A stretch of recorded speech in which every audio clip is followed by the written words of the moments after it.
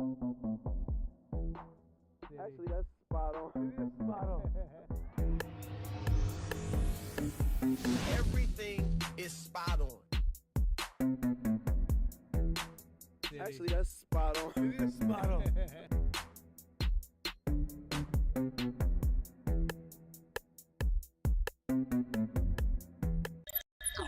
What's going on, good folks? It is your host with the most, the knucklehead behind the set, back at the great place of KKEI FM Radio, your place for the contemporary jazz. But your boy Tony Monk is back, former host of TNT Ballers Nation, coming back to give you the sports. How long am I here for? Not sure, but just know I'm here for a good time. And that's all that matters right now. I got my boy, Fernando, call him Bando Nando. That's what I'm going to be referencing him as during this show. Bando on the ones and twos. Appreciate my guy for TDM my show today. Shout out to Mr. Key, boss man. Love that man. Giving me another opportunity to stand behind this good space right now and give you guys the sports that you all know and love. At least we think we know. We got a big show ahead of us. A lot to talk about. NFL, NBA, baseball and its lockout that seems to be locking out because they don't want to come back for whatever reason, but we'll get into that. And I got Jonathan Davis bringing us the sauce on that later on in this show. But what I do know is happy hump day, good folks. It's Wednesday. Come on, we got to get a pep in our step. I see a couple of sad faces in the back in the room today. We're halfway through the week, guys. We are halfway through the week. God will come down and bless us with another hopeful weekend that doesn't go by in the blink of an eye, and Monday rolls back around and we all hate to get out to bed again. Listen, guys, it's a treat to be back right now, right? It's a treat to be back at KKEIF and radio. I started at this place in like 2016, and I was able to go and fly and leave the nest. That was Mr. Keys, and go off and become this fancy guy in sports. Or at least I'm trying to be this fancy guy in sports. And in production and directing for the wonderful world of exposure. And shout out SOS, which, you know, this is SOS Nation Podcast, good folks, right? You know what show this is. You guys tune into this show, whether that be from me or from my good guys at SOS. So, you know, today, I got a stacked show for you guys. I want to get right into the meat of NFL free agency. Not only that, NFL trades that just happen to, happen. And let's look at the first one, or the most noticeable one, because the Denver Broncos gave away their soul because they're not a good team at rebuilding. So they gave away 2 first rounds, 2 second rounds, a 5th round, Drew Lock, Shelby Harris, and Noah Fant for Russell God-fearing Wilson formerly of the Seattle Seahawks. For just him, and get this, a 4th round draft pick. That's it. A 4th round draft pick and Russell Wilson. I mean, when you look at the Broncos, and I'm looking at a team, and I'll get into why rebuilding for teams is so scary later on in the show. I see a team that says, we just cannot do this anymore, right? We cannot go Drew Lock. We cannot go bridge quarterback with Teddy Bridgewater. We can't go just run-of-the-mill guy that we can just throw in and have a good defense and have good receivers and have a legit running game and still win football games. We're an incompetent team. So guess what we're going to do? We're going to give everything up again and go get a superstar to make us relevant. That's what the Broncos said.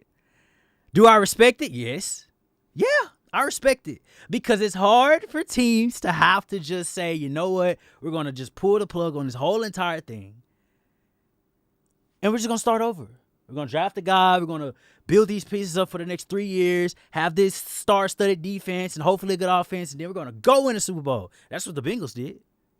That's what the Chiefs did. So why can't the Broncos do it?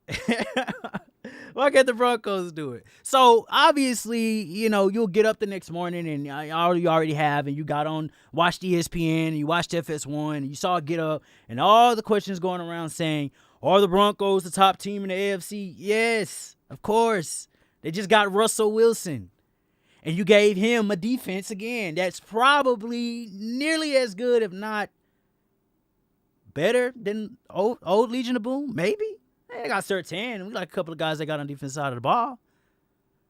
Of course, how good they're actually going to be when the 22 season rolls around and Russell has to face the Chargers twice a year, we will really see where this team is. The Indianapolis Colts. They gave up Carson Wentz, the guy that was the guy. What was it, 2016 when the Eagles won a Super Bowl and everybody? Well, he didn't win the Super Bowl. I'm sorry. Nick did. Nick won the Super Bowl, but he was there. He got him there.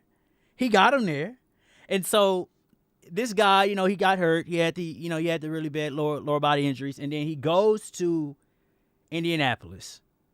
They have a really good season. At least starting out, they're kind of back and forth. Frank Reich loves this guy, so he says. And then all of a sudden, they blow the last game of the year. Or they blew the last game of the year. Excuse my language. They blew the last game of the year. And now Carson Wentz finds himself with the Washington Commanders. I mean, you know what? Something like that. Washington football team, it wasn't bad to me. I mean, look, I got used to getting up and saying, oh, yeah, we got to play the football team today. But it's childish, right? You don't want people, you're a grown man franchise, and you're walking around the team saying, yeah, we're the Washington football team. Yeah, okay. So they're the Commanders now. And now they have a new quarterback. And the question is, are they better? Probably not. I mean, it just all depends. But I'll tell you a couple of things that did happen. And then especially from a place where the Commanders and what they owe new quarterback Carson Wentz. 2022, $22 million salary, $6.29 million in roster bonus. 2023, $20 million salary. 2024, $21 million salary. Bando, I don't even know if this guy is going to lead the Washington Commanders to a playoff game, let alone the Super Bowl. And now you find yourself giving up $20 million. It's smart math, people. Listen. Teams are always going to overpay for quarterbacks. They're always going to do the most to reach for a QB that they feel is substantial enough. And Washington, I expect them, because they sit at 9th in the draft, I believe. I expect them to go and get a guy behind Carson, because it's no way you trade for him under whatever circumstances, which is 2 third-round picks included, and then say, yeah, he's going to be the guy. He sprained both ankles last year. Like, at this point in his career, Carson Wentz is little than Charmin tissue paper. It holds. It's soft. It feels nice. It looks good. It's a little pricey on the shelves, but you're still going to get it because it's good. It's okay tissue, right? And that's what Carson Wentz is going to be for the Washington Commanders, the Washington Commanders, the football team / Commanders. That's what we're going to say, the football team / Commanders. And I question this, obviously. Now, here's the thing. Normally, because I'm a Cowboys fan, I really like moves like these because I'm like, yes, that's another year that a team has to be terrible. Now, the Washington Commanders, Jesus Christ, the Washington Commanders weren't a terrible team last year. They were okay. They just had Taylor Ketchup Hines, Nikki, and he just can't push the ball downfield to save his life, so now they're obviously in the net for a new quarterback. Now, I'm sure training camp's going to come around, and they're going to tell us between the rookie they probably drafted, Carson Wentz, and Taylor Heineke, there's going to be a quarterback battle. They're going to say that to fluff everything, make the Washington fan base think that they have some legitimacy at quarterback, and then they're going to come out in the season, they're going to poop it all again. Congratulations, everybody. I told you guys how the Washington Commanders season is going to go. Subpar team. May make a wild card. Carson Wentz is going to win some games. He can play. But he ain't the Carson Wentz of old. You're probably going to get something that you kind of got when he was with Indianapolis. I love the pieces around him, sort of. I love Antoine Gibson at running back. We all love Terry McLaurin, Scary Terry. But they're going to do a little bit more than that if they expect to beat Dallas. If they expect to beat Philly. And my God, I'll get into the Cowboys in the next segment. I just don't have the space to even think about them right now. But we'll get there when we get there. You guys are listening to KKEI FM Radio, KKEI TV, and this is the SOS Nation podcast. Back to the Denver Broncos and the situation that Russell Wilson finds himself in, leaving a position where it became less favorable, and now you're in a really you're in a really good market in Denver. They're either going to be very relevant or bottom feeder, never anything in between. And I had the greatest tweet that I probably saw yesterday came from my guy Don. He says, "Gotta respect the Broncos. Back-to-back rebuilding was too hard. Let's just trade everything for a superstar strategy. More teams should probably do this." That's why, rebuilding is a scary thing. It's super scary. Trade I love, obviously Russell Wilson. Trade I hate, obviously Carson Wentz. When we return here on SOS Nation on KKTV, the boys. As in Cowboys. Because every time I think Cowboys, I'm like, I gotta calm myself after this break, God. We'll be back. I'll talk Cowboys, what I think about Amari Cooper, Tank, D-Law, Zeke, Dak, everybody. You guys will get my real opinion when we return in a moment.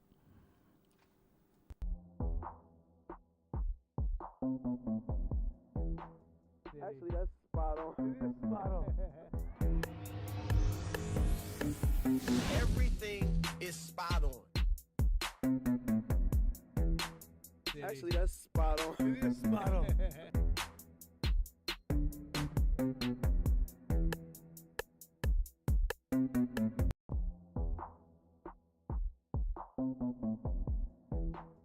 Actually, that's spot on. Spot on. Everything is spot on. Actually, that's spot on. Spot on.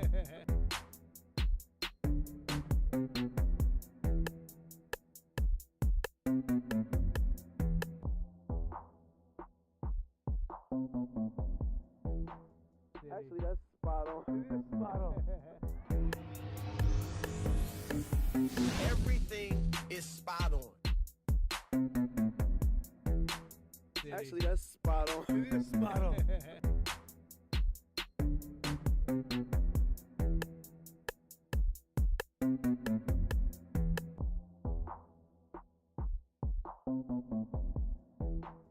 Actually, that's spot on. Spot on. Everything is spot on. Actually, that's spot on. Spot on.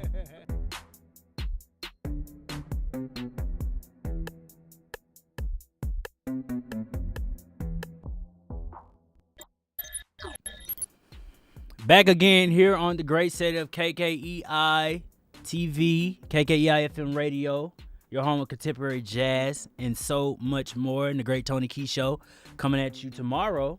He's got the good Lee Mays, the talented musician himself. Lee Mays will be around for a fireside chat. You guys don't want to miss that tomorrow from 7 to 9 p.m. 7 p.m. to 9 p.m. exactly. Here on the Tony Key Show on KKEI FM Radio. The Dallas Cowboys. How about them Cowboys? Man, where can I start?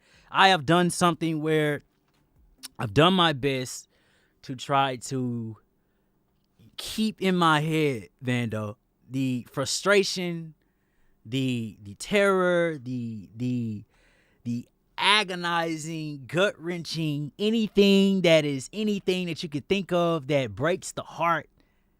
That's the Cowboys for me. Now, we're going to go, and this isn't going to be a very long segment, but we're going to go back to the loss against the San Francisco 49ers. And I'm going to go step by step all the way up until what's happening now with the whole Amari Cooper thing, and I'll make it brief. Guys, understand that that game was everyone's fault while they lost to the San Francisco 49ers. Now, I've gotten a bevy of phone calls. It's Mike McCarthy.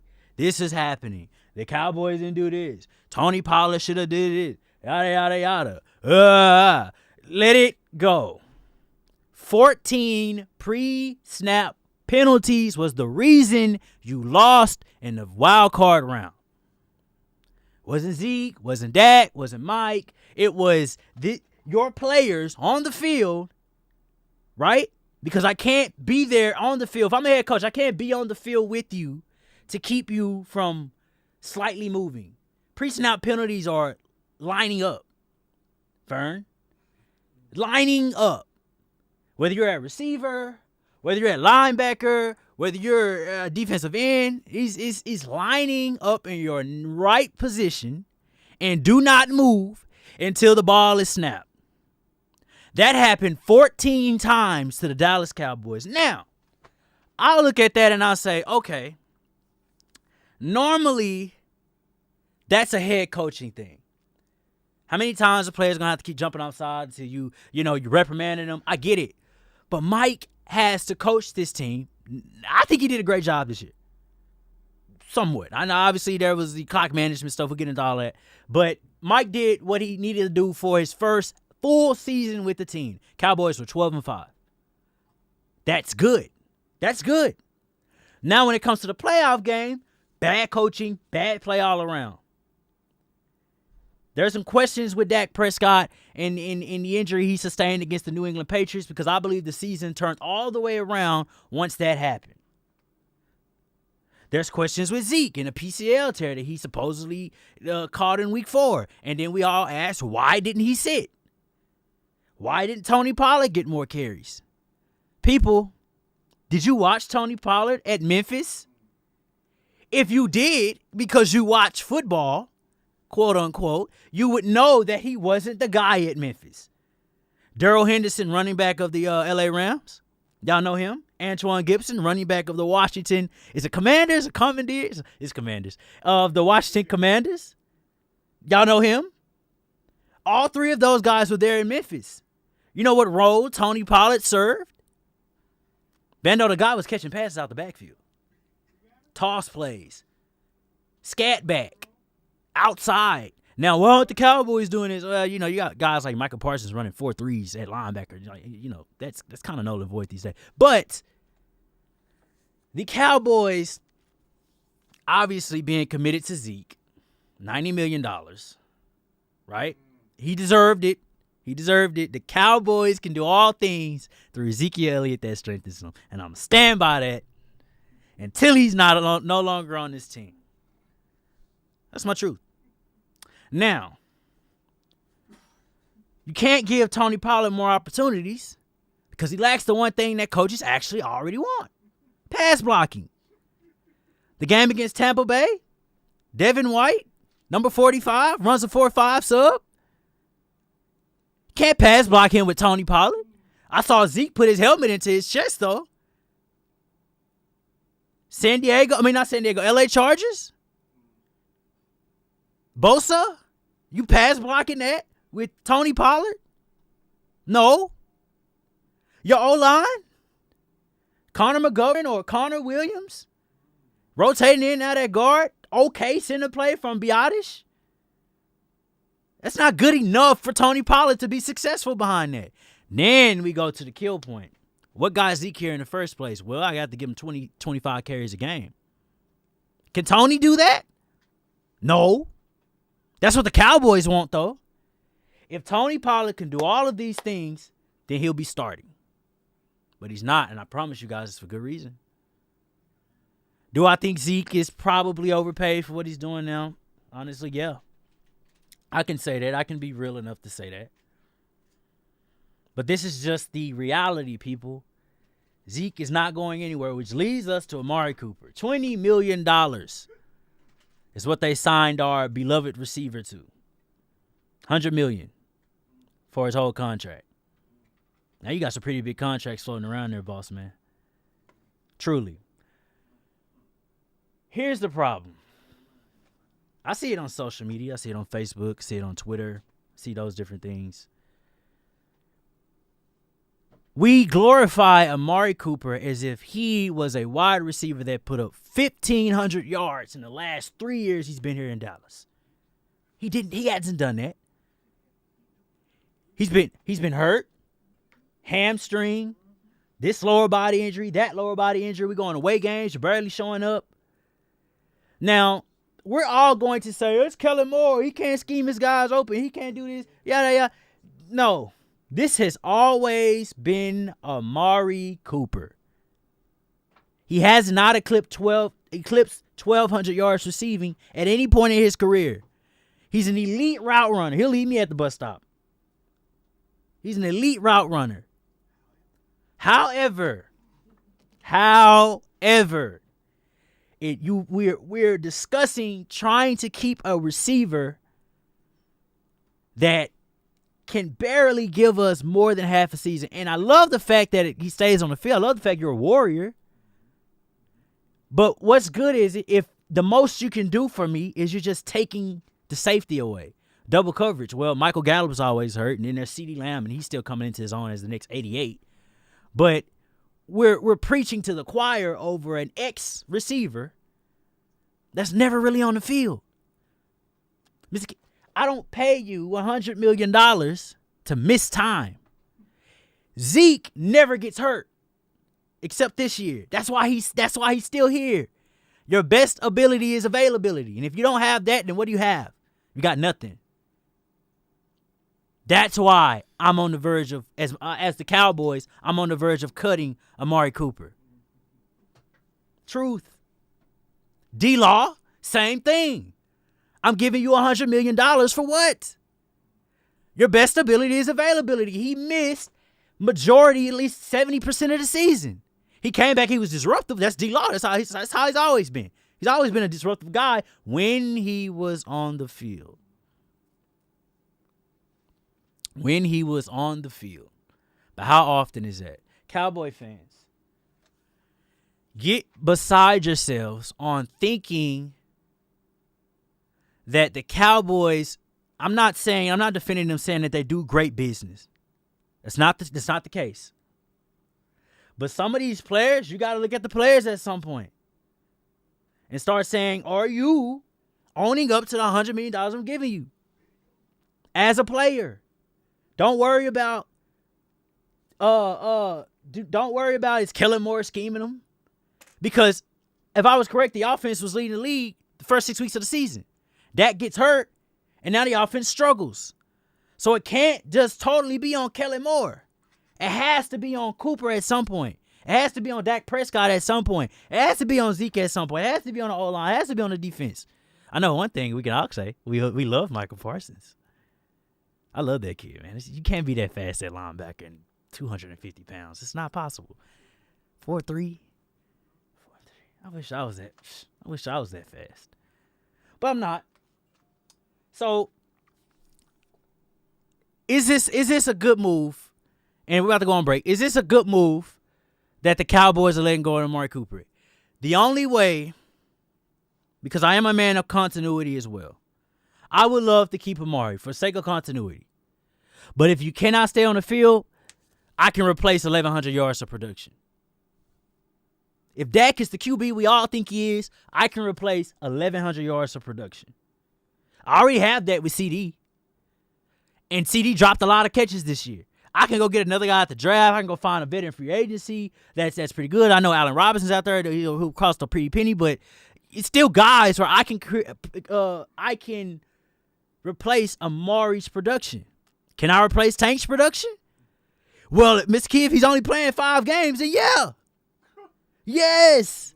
Yes, Cowboy fans, your team can replace the production of guys that you're just holding on to that you're going to be upset about if they stay this season and then the next season they're hurt. Then we go back in the loop. We're hamsters on the wheel of sports. Do not let media suck you guys in as if this is the worst mistake that the Cowboys are making. It's not. It's not. We return here on KKEI FM Radio, KKEI TV. We're getting to some NBA. We got some power rankings for you guys. We're going to get into a little bit of that. The Lakers' problems, Russell Westbrook. Later on in the show, we got baseball. Talking about the lockout. Jonathan Davis with Caesar's Corner joins me. Can't wait to hear from my boy and what he got to say. Listen, this is SOS Nation, KKEI TV. We'll return in a moment.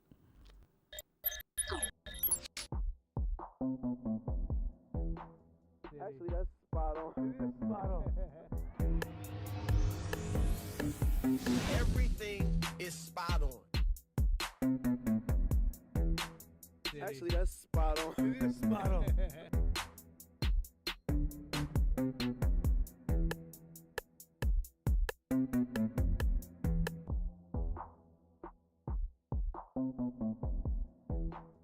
Actually, that's spot on. Spot on. Everything is spot on. Actually, that's spot on. Spot on.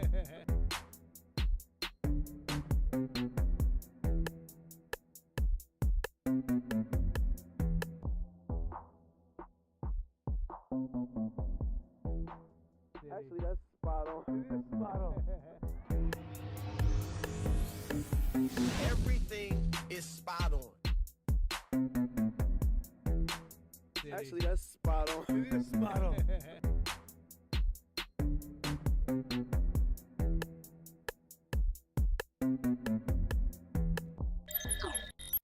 SOS Nation on KKEI TV.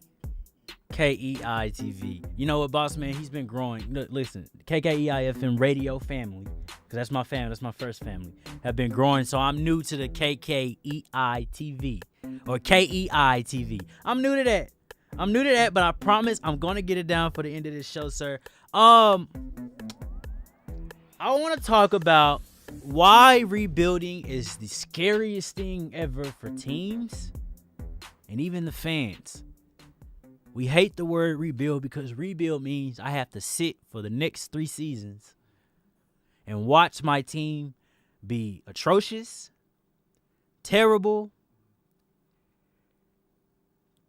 a bunch of other curse words that I don't want to fathom right now because I want to be PG-13. But it's when we hear that, we try to say, what can you possibly do to keep this from happening? Look at the GMs around the league, and I don't want to get Mr. Key started because I know how he feels about this. But let's remove that for a second. Let's look at the GMs around the league because they're all older men, older white men. But Jerry Jones, he's the perfect example. He's like 8,300 years old. And rebuilding for him at this point is so far unheard of that he would probably never allow it to happen. But it procreates a fresh start that sometimes you need to, what's the little lever on the TNT box? I think you push it down to C4 or something like that. That needs to happen. The Broncos, for example, didn't really need to do that. I understand getting a Russell Wilson when I have Jerry Jeudy, Cortland Sutton, who I love at receivers, her last year, but I love him. And then Kyle Hamilton, I believe his name is. And then, you got these studs on the defense side of the ball. They're kind of working their way back. You draft Patrick Surtain last year. You have a pretty decent offensive line. Then you got the Williams kid at running back that excelled within the last half of the season. When we talk about rebuilding, we want, high draft picks. You rather have those 2 first rounders. But the one thing that people don't admit is just sometimes you got to get out of denial. Atlanta Falcons, talking to you. Blow it up and start over because at some point you're going to have to do that anyway. I got 3 minutes and I'm going to talk strictly on the Green Bay Packers and Aaron Rodgers and how they folded and signed him to a cap-friendly deal. Fine. But let's look at what the Packers have been going through the last couple of years. Well, you folded to Aaron Rodgers continuously. You never would have done that with Brett Favre. Now, he is an MVP. He is one of the best quarterbacks to ever play the game. But here's what I work off of. Super Bowls. He has one. He has one. One Super Bowl, people. Now, that's hard. Not everybody can be Tom Brady and go and get 7 or 17. But he's just Aaron Rodgers with one. For the Packers, they're so not used to being an irrelevant team that you can't fathom a life that doesn't involve Devontae Adams. A life that doesn't involve Aaron Rodgers. And just be bad for 2 seasons. You went and got Jordan Love, which pissed off Aaron Rodgers in the first place. Then he makes you pay him more money, only to piss him off again, even though you got Matt LaFleur. And I love Matt LaFleur because Matt LaFleur runs the ball. And that's what makes the Packers. I believe the Packers are that much better because of it.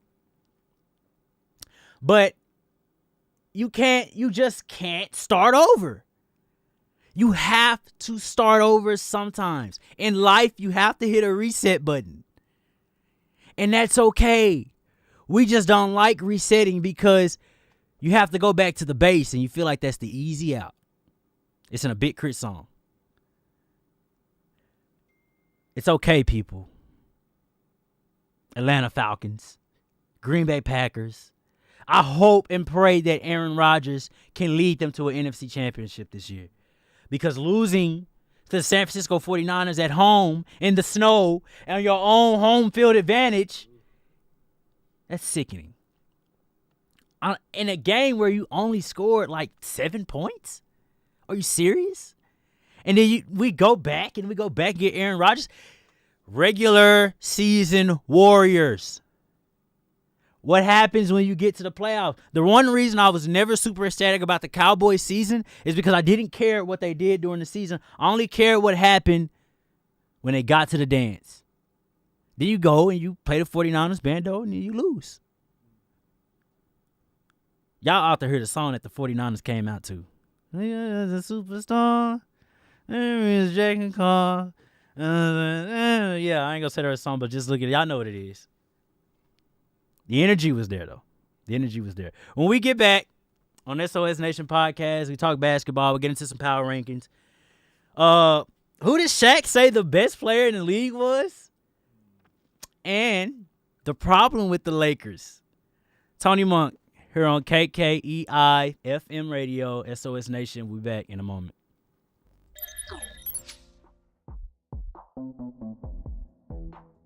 Actually, that's spot on. Spot on. Everything is spot on. Actually, that's spot on. Spot on.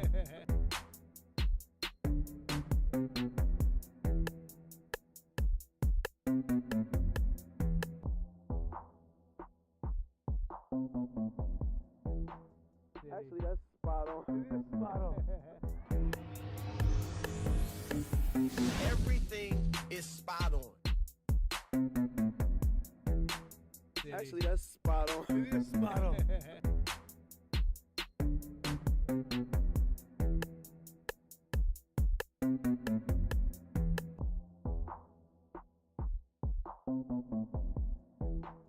Actually, that's spot on. Spot on. Everything is spot on. Actually, that's spot on. Spot on.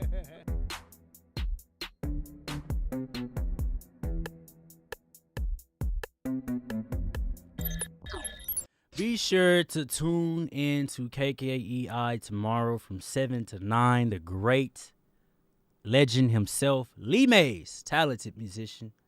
Your mom and dad knows who he is. That's probably how you was conceived. Did I get that right? That's probably how you was conceived. That's probably like Lee Mays. See that little Frank and Beverly? That little type of deal right there? Yeah. For that's on you too now. Don't let your parents fool you. Some Lee Mays is probably playing before you was born. Now, different skin colors mean nothing. Remember that. All music is the same when it passes through the ears and the body. All right. Thank you guys for joining the show. Tony Monk on SOS Nation. NBA power rankings for you guys. I'm only going to go over the top 10 because that's all we really care about. Obviously, the playoffs, we're about 23 days away from that. That's going to be a super exciting time. Warriors in 6. I'm saying it now. Warriors in 6. Klay Thompson back. Act like y'all know. But go Mavs. I'm a bandwagon fan. I love Steph Curry. I'm sorry. NBA power rankings was released about a couple days ago. Again, hitting on the top 10. Number 10. Speaking of Warriors in 6, the Warriors are at number 10. The Warriors slide continues, and they've now lost 8 of their last 10 games with only 2 wins having come against the Lakers. Oh, by the way, this is NBA.com. Their power rankings, guys, so you can go check that out on there. That is what I'm referring to at this moment. The Warriors were so good when Draymond Green is on the court, excuse me. Obviously, Saturday they missed him because LeBron drops 56 points. All hail to the king, right? 56, and he still got it. We all know he still had it. We love LeBron. I don't like LeBron as much, but hey, you guys should all know my reason if you guys watch this podcast. Warriors coming in at number 10. They rank 28th defensively, with only Houston and Portland having allowed more points per 100 possessions over that stretch. And while the last 3 have all shot 40% from better three-point range, their opponents have seen a bigger jump in effective field goal percentage. Number 9. The Milwaukee Bucks. My roommate, shout out Christian, he fanboys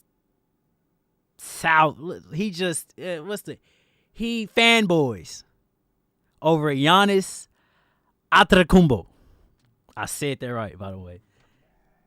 And I love the Bucks. Obviously, the defending champions. Giannis, the defending MVP, right? The Milwaukee offense has been the most efficient in the fourth quarter, allowing them to come back from late deficits against Miami, Chicago, and Phoenix. The biggest thing for the Bucks is we're all waiting to see what's going to happen when they get to the playoffs. Who are they going to have their best of 7 against? Miami? Is it going to be the Bulls? I mean, we love what they have. Chris Middleton. I love Chris Middleton, especially the job he's done since he's been there. And obviously Giannis, he's better with shooting, especially from three-point. It's really going to be what happens when they get to the playoffs. Number 8. The Utah Jazz. The Jazz are 10-2. Only the Celtics have been better since February 1st and have post-break wins over the Mavs and the Suns, but they're not exactly in destroy everything in their path mode. They barely escaped Houston with a win on Wednesday, and they were clobbered in New Orleans on Friday.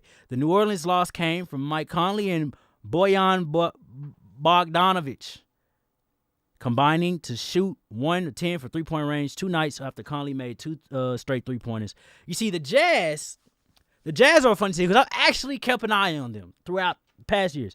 They always sit in the same place, and that's funny what's about the Western Conference. Every team usually sits in the same place every single year. But the Jazz, who are still playing well enough to move up a spot or 2 in the Western Conference standings, they had a visit to Dallas. They got that one. But Dallas is a really good team, so we know that Jazz have aspirations to be that. Another question. What happens when they get to the playoffs? Boom or bust. Number 7. The Dallas Mavericks. Luka sensation.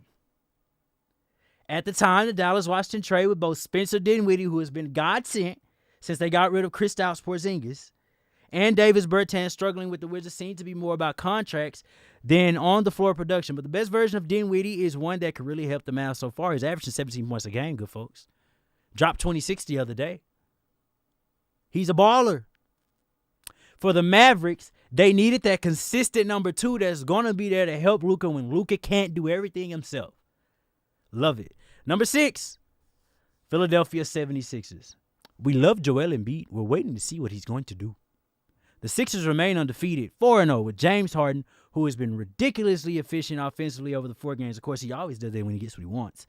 Registering an effective field goal percentage of 71% and shooting 90% on more than 10 free throw attempts per game. Tyrese Maxey, lead best 17 for 26 on three-point range since the break, has been nearly as efficient, and the Sixers, even with Tobias Harris giving away advantages, have scored more than 136 points per 100 possessions in 92 minutes with the 2 guards on the floor with Embiid. A little small ballish, but we got Embiid, so all things are possible. Number 5, The Denver Nuggets. Maybe Nikola Jokic was losing a little steam in the MVP race 3 nights after he scored a season-low 8 points in Portland. He registered a season worst, minus 27 and 8-point loss to Oklahoma City. Hey, man, no slander for a man that was binge-watching Pokemon when he won the MVP. We have little to no care about MVPs. We just want to be winners. Jokic is obviously a big lifeline of the Nuggets. The whole thing centers around what Jokic is going to do. They're a good team. That they lost they lost the head-to-head to Dallas. The Nuggets have the worst record, 44-10 in games between top 6 teams in the West. So therein lies our problem. Notice what the common denominator here is, right? Potential playoffs. We just want to see what happens when we get to the big dance. 4, the Memphis Grizzlies. And everyone loves Ja Morant. He jumps out the gym. He jumps out the bed. He'll jump out your house if you let him come in and do that. Awesome. The Grizzlies' week began with the Ja Morant scoring a career-high 52 points. And 2 of the best plays this year, the dunk and the buzzer beater in the span of about 5 minutes in real time. The dunk has 2 of his 34 points in the paint, the most of any player of the game this season. I love Ja, though. Truly, I love Ja and what Ja brings to the game and to the table for the Memphis Grizzlies. They're climbing up that ladder. That's why they're sitting at second in the West now, 44-22. They're climbing up that ladder. They play well defensively. They can score on anybody because Ja exists. And they're going to be a really good team, and they're favored to finish second in the West. Now, they have an easier remaining schedule than the Warriors, who have obviously struggled a lot more than the Grizzlies over the last month. But the Memphis defense has allowed more than 118 points and 100 possessions 4 times in the last 3 weeks. Now, I did say that they have pretty good defense, and they do. They do. The Grizzlies always play well. They've been breaking up a little bit. It happens. We're getting later in the season. Teams are going to try to turn it down a bit to get ready to turn it back up. Basketball is a marathon. The season is a marathon, not a race. Number 3, Boston Celtics. I love this team for 1,000,001 reasons. Jason Tatum, Jaylen Brown. I just want them to be the team that goes to the playoff and doesn't lose in the second round. Please. The Celtics have won the last 12 games in which they've had their full starting lineup, which has outscored their opponents by 28 points per 100 possessions over that stretch in the last 13 games. They were without Jaylen Brown, who had an ankle sprain, for all but 3 minutes for their games against Atlanta and Memphis last week, but came back from 17 points down against the Hawks. I watched that game. Just eviscerated the Grizzlies' defense in the second half. The C's are still in 5th place in the East. 2 games in the loss column behind both Milwaukee and Chicago. I expect them to stay there. Flat out. Now, for them, it's just favorable matchups when they come into the playoffs. What may be great for Chicago may be bad for Milwaukee. It's just who they go against determines how far this team goes. But the Celtics can play with anybody. Just got to get the defense better. Number 2, the Miami Heat. The Heat that strengthened their hold on the number 1 seed in the East, going 3-1 last week against the East contenders. They held their 4 opponents to just 105 points per 100 possessions over 4 games, climbing to the top 5 in defensive efficiency for the first time since November. Of course, the Heat probably should have gone 4-0 last week. They gave away their game in Milwaukee on Wednesday, blowing what was a 14 lead with 6 minutes left and scoring just 6 points. Consistency. That's all we need, Miami. Be consistent. Hey, I'm hoping for a little hero ball, by the way. Number 1, the Phoenix Suns. The Phoenix Suns. The Suns were without Paul, Booker, and Johnson in Milwaukee on Sunday. They still led for most of the afternoon before the Bucks scored 30 points in the final 15 possessions of the game. The Phoenix offense has held up better than the defense without Paul, and the last 2 losses versus Utah at Milwaukee have been 2 of the 3 worst defensive performances this season. Booker status for the Suns, as far as the back-to-back being today, is to be determined. Their first meeting with the Heat, January 8th, was the second worst loss of the season. The Suns are a really good team. And they're going to be a really good team going to the playoffs. I expect them to be in the Western Conference Finals when it's all said and done against my Warriors. As long as the bracket plays out favorably, I can see that happening. I have the Warriors winning that in 7, by the way. Though it's probably not going to happen. It's a pipe dream, but hey, a man can dream, right? I want to talk about who Shaq mentioned being the best player in the NBA? Anybody want to take a guess? Anybody in the room? There's only 2 people here. If anybody wants to take a guess, it's not LeBron. No, it's not KD. No, it's not James Harden. It's not Kyrie Irving. It's not Luka Doncic. It's Ja Morant. Look at Fern. He's like, what? It's not Luka Doncic. Exactly, right? Exactly. That's high, bro. Just be real. Exactly. It's Ja Morant. 27 points a game. Ja Morant. Jumped out the gym. Ja Morant. Yeah, man. You got to see that man play, boss. You better stop. Now, I like he's young, fresh. He got the dreadlocks. Just like that. That's Ja.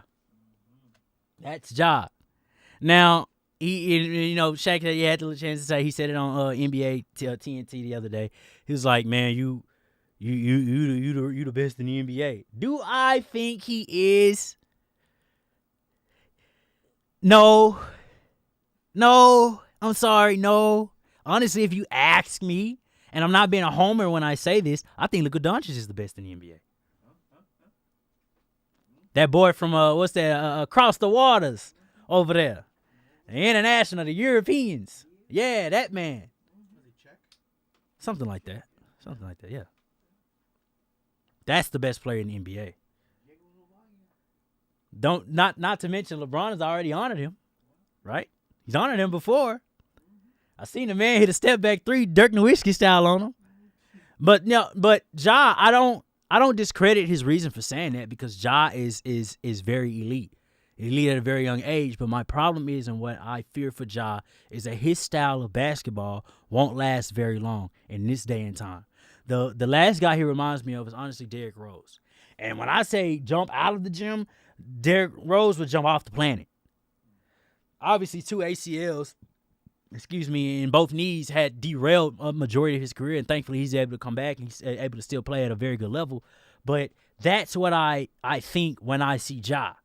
It's Derrick Rose-like mentality. The guy can shoot. I mean, we're on the court too, but it's that physical in the paint style that I worry about. Is he just the best player right now because he's the most exciting guy? Probably so. He's the most exciting player. But is he the best? I don't think so. The L.A. Lakers. L capitalized because that's all they seem to do a lot of is lose.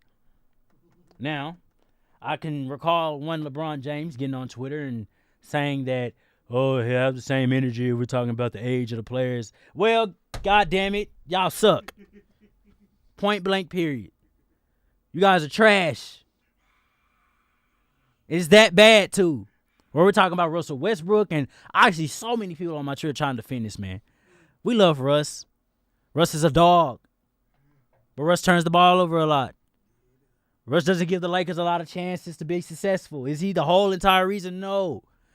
But he was definitely on that trading post when they tried to get rid of him about a week ago. Facts. The Lakers have a bevy of problems. The big face of it is Russell Westbrook. Bless LeBron's heart for just not completely letting go of his boy, because I know he's probably tired of letting go of everybody that comes on his team every time. But, right, the Lakers, they are at the cusp of reset. Don't be afraid to start over. Don't be afraid to let go of the coaches. Don't be afraid to let go of some of the players. LeBron, don't be afraid to leave. It is time to the Lakers to start over. Long live Kobe, and I'm sure he's watching down with a lot of disdain right now, but I'm sure he would love to see this team say, you know what, trash everything we have going on right now and move on. AD couldn't stay healthy. He's showing you he can't stay healthy at this point. I'm 37 now. Russ is whatever he is at this point. Now, I like Malik Monk. Now, obviously, guys, you know my name is Tony Monk. Is Malik Monk my cousin? Well, I don't have actually DNA evidence to verify that, but he's my cousin. He's my cousin. You know, there's not a lot of monks out there. Goofy. You can tell. Look at the chin. You know, we got like handsome chins in our family. It just runs like that. Just you see, like when I turn to the right, And when he turned to the right, you see it like right there. Yeah. There you go. Thank you, Vanda.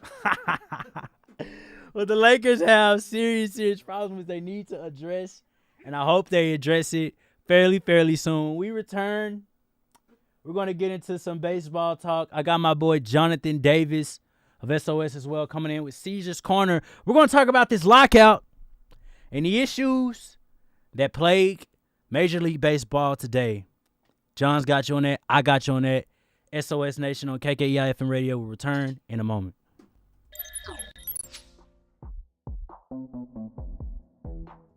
Actually, that's spot on.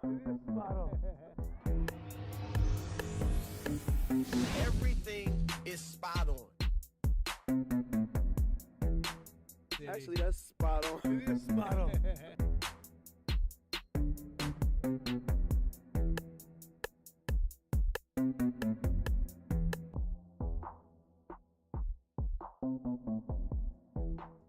Actually, that's spot on. Spot on. Everything is spot on. Actually, that's spot on. Spot on.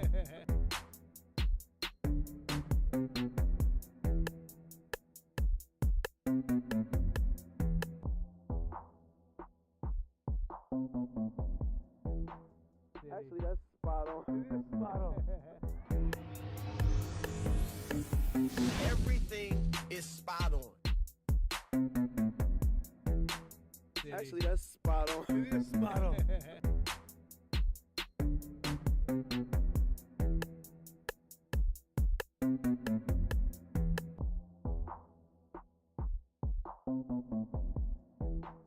Actually, that's spot on. Spot on. Everything is spot on. Actually, that's spot on. Spot on.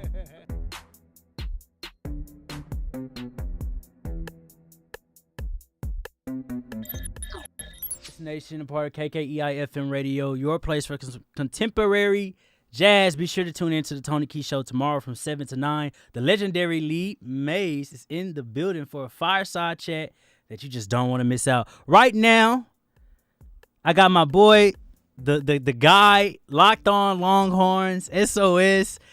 I mean, in a couple years, he'll probably be the most famous guy on the planet, and I'll just be happy to know him. Jonathan Davis, Caesar's Corner, we're back. John, my guy, what's going on, bro? Nothing much, man. Host of Locked On Longhorns, lead baseball analyst for Spot On Sports. Just a big hook'em, and I'm excited to be with you, Tony. You know, talking some MLB lockout today. Yeah, man, it's been crazy, and we got to talk about what's really been happening. You know, the reasons behind this. Is this even a valid lockout? We know a lot about the CBA, and we know how that goes between player and you know, the MLB itself. John, what can you tell us, if any, about what's happening right now with this lockout? Well, I think the players have said it best. It's not billionaires versus millionaires. This is employers versus employees, right? And I think the players just want a fair deal. They want to be able to play baseball. I know that they're being fairly compensated for the work that they're doing. They know that baseball players are the engine that makes this machine go. And we're seeing really a tug of war right now between the owners and the baseball players, really where the owners are just trying to take as big a piece of the pie as they can. And so what's going on right now is the owners are trying to squeeze the players. We just saw today that they have canceled more games. So now the first 2 weeks of the season has been canceled, and they do not play. They do not plan to make up those games. They do not plan to reimburse players their salaries for those games that would be missed. And this is completely unnecessary when you look at it. This was a league-imposed lockout that didn't have to be locked out. They could have negotiated in good faith.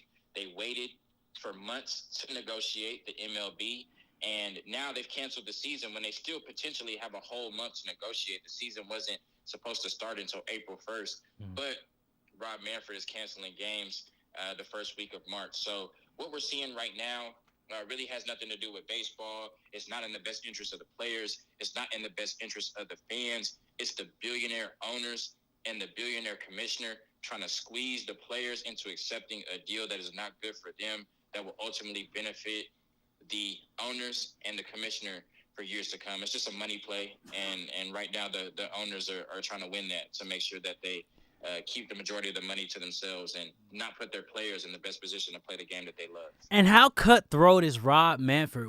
John, me and you talked about, like, think about a week ago that when the guys didn't sign that deal over the weekend, when the players didn't sign the deal over the weekend, that he would in fact not reimburse them for anything for the season. Is this something that this was going to be foreseen, that we knew this was going to happen, or this is just Rob Manfred not trying to play chicken and cat and mouse with the players? So this is something that people that watch baseball and cover baseball probably knew was coming for a long time. We knew that it likely wouldn't have reached a deal before the end of the previous CBA. And so, but once again, like I said, the lockout is not something that had to happen. It's something that Rob Manfred did to gain leverage over the players and try to get them to sign a deal. And ultimately what he's doing now by canceling games and not reimbursing the salaries is he's trying to turn the union against each other. Of course, you have players at the top like Max Scherzer and Fernando Tatis and your Mike Trouts that are making $30+ million a year, but you have so many baseball players that are making $500,000 a year, maybe even less than that need to play baseball to afford a living. And so what the owners and what Brian Manfred is trying to do is trying to pit the union against each other, so they ultimately sign something that's really not in their best interest.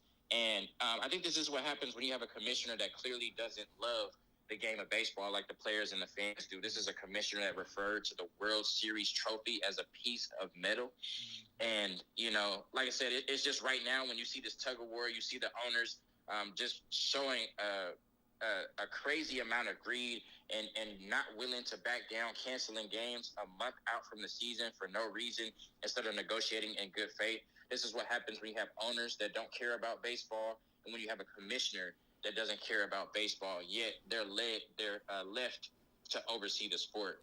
This is what happens. And so right now, once again, we're seeing kind of a business tug of war instead of two sides working together to try to get their product back on the field.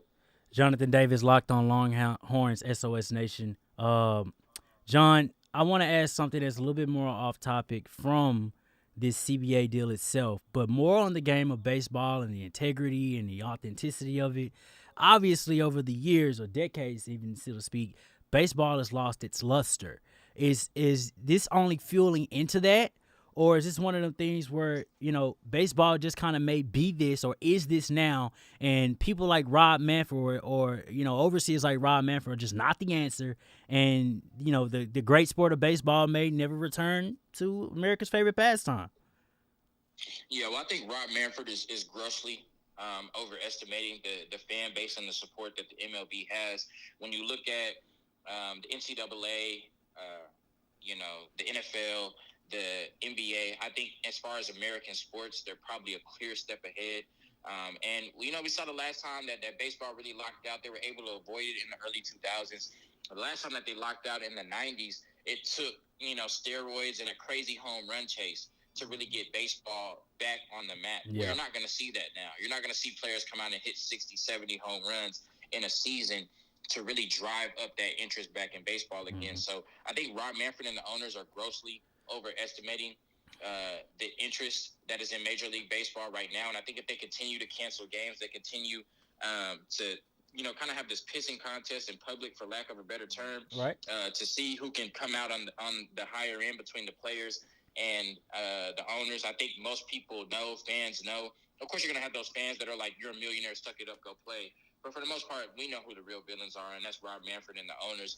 And so I think that this will have a profound impact on fan interest in baseball, because the more that you continue to cancel games, the more that you continue to have this pissing contest in public, you're only going to turn fans away. And like I said, you're not going to have some historic home run chase between Sammy Sosa and Mark McGwire to revive the sport of baseball when you do ultimately come back. And so right now, the first 2 weeks of the season are canceled. I wouldn't be surprised if they missed an entire month of baseball. And John, not to interrupt you, is that worst case scenario that there won't be a season at all?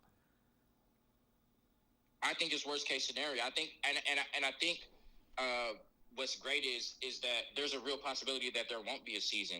And as an avid baseball fan, of course, I want to see them play, but I also want to see the players get what they deserve. And I think what you're seeing is a master class and a union and players sticking together and saying, we're not just going to sign a deal because we need the money. We're not going to just sign a deal because we went out there and we want to go out there and play baseball.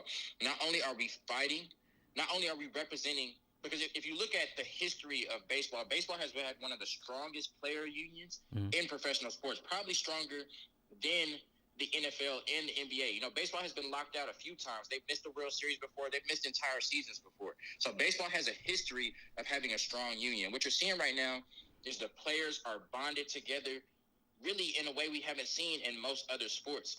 And so I think the players are saying, for us, for the lower tier players that aren't making a lot of money, and for the future of our game, we need to band together right now. And if we have to miss some games to make sure that players are properly compensated for years to come in the great sport of baseball, that's what we'll do. So I think we're seeing a masterclass of the union and the players sticking together and not allowing the pressure of Rob Manfred and the pressure of the owners to make them succumb to something that's not in the best interest of the current players and the future players that will play this great game of baseball. Jonathan Davis joining us on KKEI-FM radio for SOS Nation podcast. John, thank you so much, bro, for taking time out of your day and just kind of giving us, you know, the lowdown on what we're expecting out of this MLB lockout at the moment. Tell us, man, where can we find you, bro? Go ahead and plug it. Locked On Longhorns, your daily number one source for all things Texas Longhorns athletics, wherever you get your podcast. Locked On Longhorns, subscribe on YouTube. Jonzo Ball, like Lonzo Ball, on Twitter, and Locked On Horns on Twitter, once again, for your daily Texas athletics coverage. And thank you, Tony, for having me on and being able to talk a little bit of baseball. No doubt, bro. All love. Always good to have you on, John. We'll talk to you soon, man. Yes, sir. Y'all be easy. Take it easy. That was my guy, Jonathan Davis, tapping in, giving us the good baseball news. When we return here on SOS Nation, we'll get into Brittany Griner and, you know, that whole thing that's going on in Russia right now and the fact that she kind of might not come back because we're in the middle of war. Ooh. We're returning in a moment on KKEI-FM radio.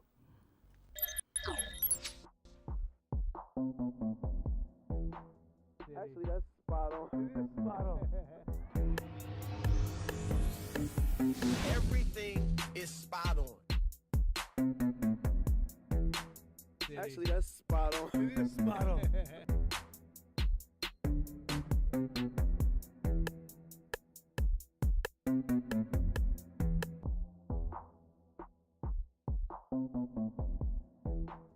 Actually, that's spot on.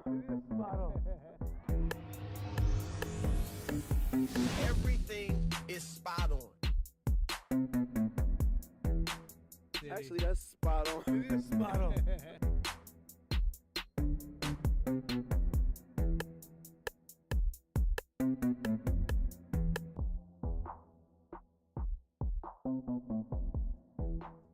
Actually, that's spot on. Spot on. Everything is spot on. Actually, that's spot on. Spot on.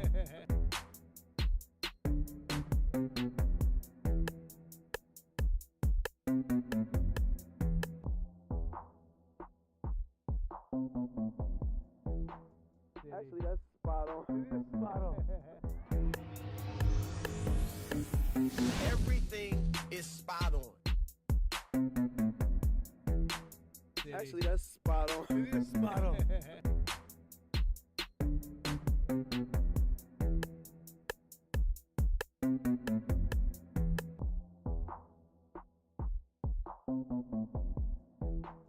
Actually, that's spot on. Spot on. Everything is spot on. Actually, that's spot on. Spot on.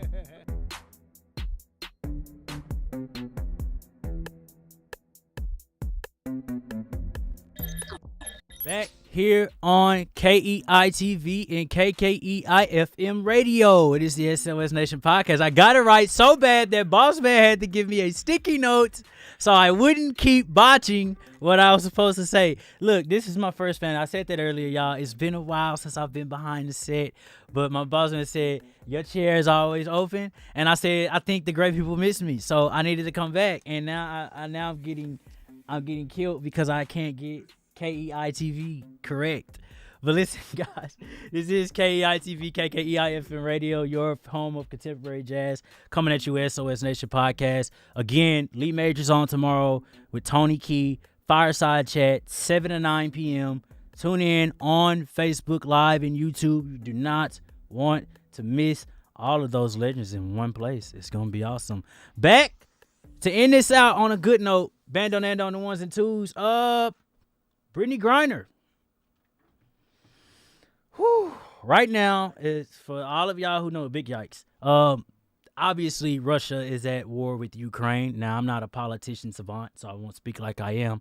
But for those of you who do know, the U.S. is allied with Ukraine. And Brittany Griner, who is a WNBA basketball player, plays overseas because obviously we know that WNBA contracts are, excuse my language, worth shit. So they need to go play basketball elsewhere. Brittany Griner, being the big face that she is, also the same in Russia, detained because she couldn't stay off the weed, or at least hash-ish products. That is the big story. The bigger story, more or less, is when and if she will be able to return to U.S. soil. The answer to that, we don't know. Apparently, she had been detained 1 month before we all found out that she had been detained in the first place. Now, this story is from CNN. What Brittany Griner's quiet face is saying to the world, which, I often question these type of headlines because they can easily draw, a bad name or a bad rep for players. The news that Brittany Griner, the 6'9", 2-inch Olympic gold medalist, WNBA star with the Phoenix Mercury, and one of the best basketball players on the planet, facts, has been detained in Russia, has the sports world and anyone concerned about the plight of American and Russian custody on edge, and with good reason.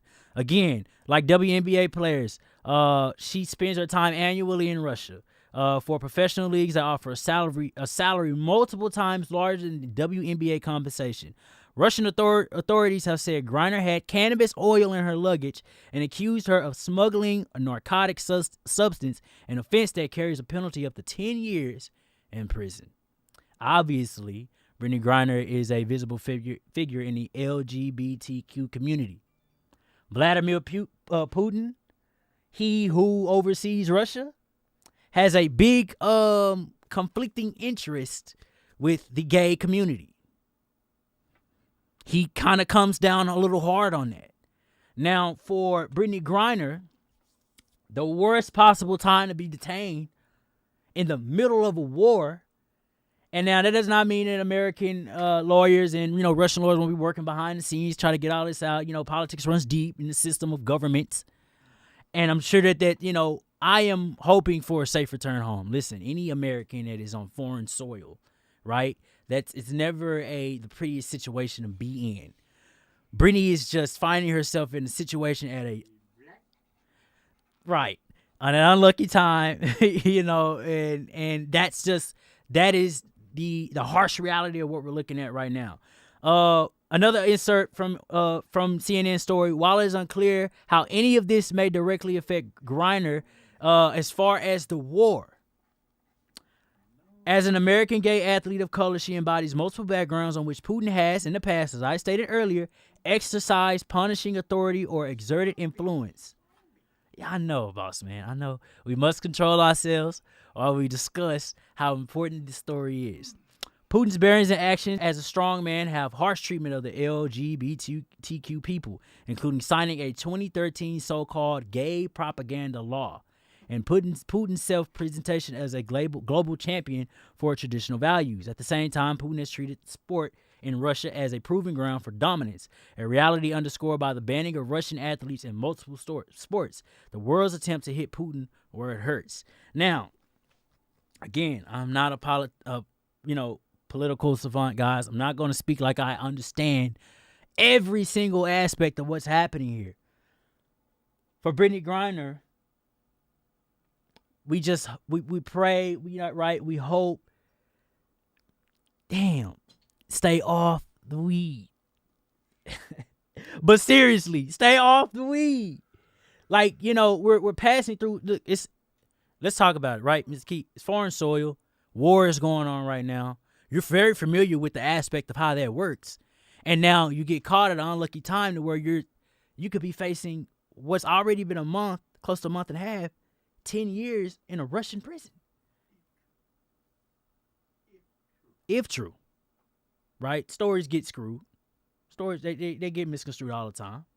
But for the in process of what Griner will have to go through, not only being in prison right now, not only being of the LGBTQ community in a setting where that's not very fond of at the moment. It remains unclear when last month Griner was arrested or where she is being held, and the growing anxiety and uncertainty those closest to her are expressing and shared by the friends and families of America. Russian authorities only released a picture of Griner 1 month after being detained, after a growing outcry from her family, friends, WNBA, and social media. The White House has refused to officially comment, citing privacy laws, but the timing of Griner's detention, the slow release of proof for safety, and other alarming indicators offer reasonable worry that Griner's fate is increasingly intertwined in Russian wars. And I will stake 70%, no, 80% that it is. I'm not sure where the help comes in at for Brittany at this point. Or at least right now. Who knows how long the war between Ukraine and Russia will last. She could be detained for that amount of time. You were already detained 1 month before the war even started. So that ought to tell you the position that she's kind of in today. Guys, just be prayerful. As any human being that is stuck in a bad position right now, that Brittany Griner is able to make a safe return to the U.S., obviously to finish her lucrative WNBA career. Also be able to return to playing basketball overseas. We just got to be more careful and stay off the drugs. At least when you need to stay off the drugs. Guys, it is the new wave of sports that is sweeping the nation where we're not just accurate, but we are spot on. This is Spot On Sports. I am your host, Tony Monk of SOS Nation Podcast, brought to you by, got my sticky note, KEI TV and KKEI FM Radio. I really appreciate you guys for tuning into this show. Will I be back? I don't know. We'll let Bando determine that if he says I suck after the show was over. He say, oh, you're terrible, and then I'm not going to, bring you guys on the show. I'm sorry. It's his call. I listen to him. But if he loves me, hey, see, there we go. Then I will probably be back to you guys next week. I missed this place. Who knows? Tomorrow, KKEI FM, Tony Key Show, 7 to 9. Lee Majors, tune in. Be there. Be square. Hey, it's on the internet, guys. There's no reason why you guys shouldn't be able to watch this show tomorrow. It's going to be amazing. I appreciate you guys for checking out my show today, and I will see you guys next time.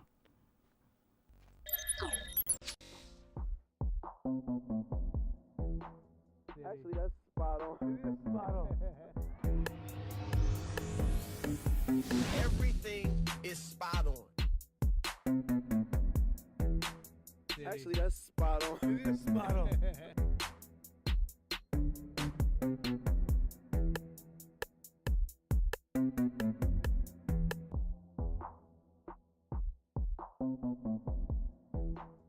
Actually, that's spot on. It is spot on.